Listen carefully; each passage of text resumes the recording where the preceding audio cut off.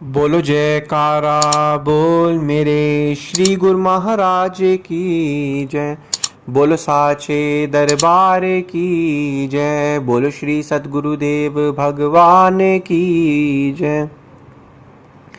सौभाग्यशाली गुरुमुख सज्जन मंडली, इसी प्रकार अपने मन, ध्यान एवं चित्त की समस्त वृत्तियों को एकाग्र रखते हुए अपनी मुख रचना को पवित्र करने हेतु एक बार ऊंची और मीठे स्वर में बोलिए जयकारा बोल मेरे श्री गुरु महाराज की जय। बोलो साचे दरबार की जय। गुरुमुखों, आज हम सभी यही जानते हैं कि कर्मों का भुगतान जो जैसा करेगा वैसा ही भरेगा, जैसी करनी वैसी भरनी।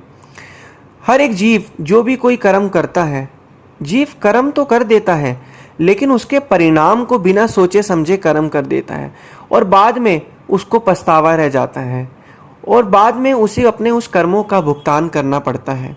तो इसीलिए हर एक जीव को कर्म करने से पहले उसके परिणाम के बारे में सोचना चाहिए। परिणाम उसका सही है या गलत है, उसी हिसाब से जीव को कर्म करना चाहिए। तो आज हम सुनते हैं कर्मों का भुगतान। बिस्तर पर पड़े उसे लगभग 6 महीने हो चुके थे। 3 मेजर और 5 माइनर ऑपरेशन हो चुके थे। हर रोज दर्द दिन रात तड़प तड़प कर काटता रहा। रोज रोता, रोज मालिक से फरियाद लगाता कि ये मालिक अब तो बख्श लो बख्श लो। कोई गुनाह याद नहीं आ रहे थे। सोचता था न कभी मांस खाया न कभी शराब को हाथ भी लगाया, पर नारी पर गलत निगाह नहीं रखी। हक हलाल की कमाई पर परिवार चलाया। बचपन से संगत की सेवा करता रहा, भजन को भी काफी समय दिया। फिर मेरे साथ ही क्यों, यह क्यों? एक रात बहुत रोया, बंदगी करते रोते रोते सो गया। रात को सपना आता है, बचपन में स्कूल की तरफ से स्कूल वाले मेडिकल रिसर्च सेंटर लेकर गए हैं। वहाँ बीकर में मरे हुए सरीसृप, मेंढक इत्यादि पड़े हैं। रिसर्च वाले बच्चों को समझा रहे थे कि मेंढक को ऐसे काटकर रिसर्च करते हैं। बाल बुद्धि था, कुछ 2 दोस्तों के साथ कहीं तालाब से मेंढक पकड़ कर लाए। फिर एक ब्लेड से छोटे मेंढक को पेट से चीरा लगा दिया। बस हड़बड़ा कर नींद से जागा। दहाड़े मार मार जोर जोर से रो पड़ा। हे मालिक, बेशक मैं बाल अवस्था में था, पर वह बेजुबान कितना तड़पे होंगे, कितनी दर्दनाक मौत दी मैंने उनको। हे सच्चे पातशाह, मैं समझ चुका हूँ, कर्मों का हिसाब तो देना ही पड़ता है, फिर चाहे गुनाह जाने में हो या अनजाने में। हे सच्चे पातशाह, तू सच में बख्शनहार है। मैं समझ गया मेरे मालिक, तू मेरे कर्मों का भुगतान मेरी जवानी और जीते जी में ही दे रहा है। अगर यही भुगतान मेरे बुढ़ापे में देता तो कौन मेरी सेवा करता। बुढ़ापे में तो सही सलामत इंसान को कोई नहीं पूछता, फिर बिस्तर पर पड़ा बुढ़ापे को किसने देखना था। इस दुख में भी दर्द का एहसास होते हुए भी तसल्ली है, दर्द में भी दर्द का ज़्यादा एहसास नहीं है। सब्र है, संतोष है, मेरे साथ मेरा सद्गुरु है। निगुरा होता तो पता नहीं जिंदगी तो शानदार कटती, पर नरक और 84 तो तैयार मिलती। मालिक साथ है, संभाल भी वह खुद करेंगे। खुश हूँ, सब सेवा कर रहे हैं, हालचाल पूछ रहे हैं। अब तो रोज कान पकड़कर तौबा करता है, दिन रात शुक्र शुक्र कहता हुआ बोलता है। सदगुरु सच ही कहते हैं कि भाई वादा किया है, लेके तो जरूर जाएगा मालिक, पर अच्छी तरह साफ करके। इसी प्रकार इस चीज से हमें यह अभिप्राय मिलता है, यह पता लगता है कि सतगुरु जीव के हितैषी होते हैं। वो जीव, वो त्रिकालदर्शी होते हैं। वो जीव के वर्तमान, भूतकाल, भविष्यकाल सभी चीज़ों के बारे में जानते हैं। इसीलिए वो जो कष्ट सेवक पर आते हैं उसका सूली का कांटा बना देते हैं। सेवक को यह विदित ही नहीं होता कि कब इतना बड़ा कष्ट उसके ऊपर से चला गया। इसलिए अब हमें करना क्या है, सब चीज़ों से सुरती हटाकर, सब चीज़ों से ध्यान हटाकर हमें अपना ध्यान श्री सद्गुरुदेव महाराज जी की तरफ लगाना है।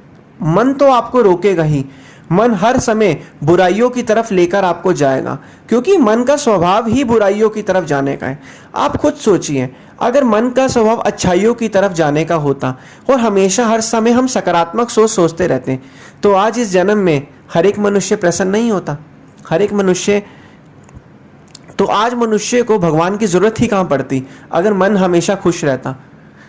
जिस तरीके से अगर परीक्षा के अंदर एक बच्चे को जो उसका परीक्षा का पेपर है वो आसान दे दिया जाए तो हर एक बच्चा क्लास में जो है फर्स्ट आ सकता है, प्रथम श्रेणी को प्राप्त कर सकता है। लेकिन नहीं, पेपर जानबूझ के टफ बनाया जाता है, डिफ़िकल्ट बनाया जाता है, ताकि उस पेपर में जो लोग मेहनत कर रहे हैं उस पेपर को पार करने के लिए, क्लियर करने के लिए, उनका पता लगाया जाए कि कितने लोगों ने कितनी मेहनत करी, और जो लोग मेहनत नहीं कर रहे हैं वो तो फेल ही होंगे इस पेपर में।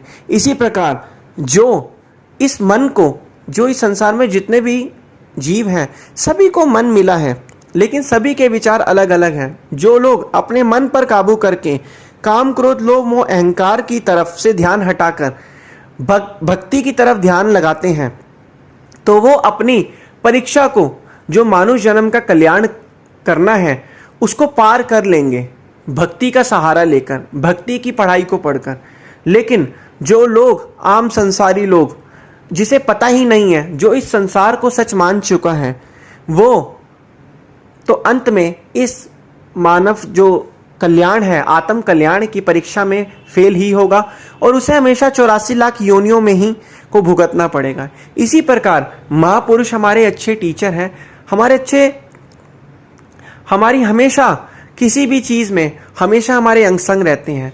बस हमें करना क्या है, उनके द्वारा बताए हुए नियमों का पालन करना है, जिससे वो हमारे हमेशा साथ रहेंगे, हमेशा हमारे अंग संग हैं और हमें सच्चा सुख वो प्रदान करना चाहते हैं। लेकिन अब ये सेवक के ऊपर है कि वो सच्चा सुख चाहता है या नहीं चाहता।